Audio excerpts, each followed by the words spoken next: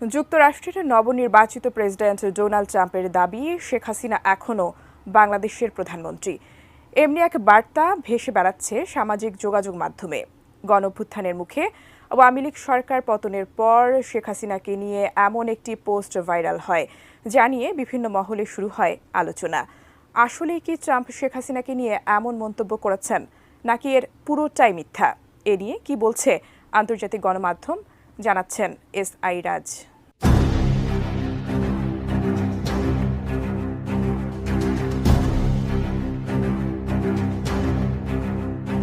ছাত্র জনতার গণ অভ্যুত্থানের মুখে শেখ হাসিনা গত ৫ আগস্ট ভারতে পালিয়ে যান। সেদিনই রাষ্ট্রপতি মোহাম্মদ শাহাবুদ্দিন চুপ্পু ও সেনাপ্রধান জেনারেল ওয়াকারুজ্জামান ঘোষণা দেন শেখ হাসিনা পদত্যাগ করেছেন। তবে তার কিছুদিন পর শেখ হাসিনার কণ্ঠ সদৃশ্য একটি অডিও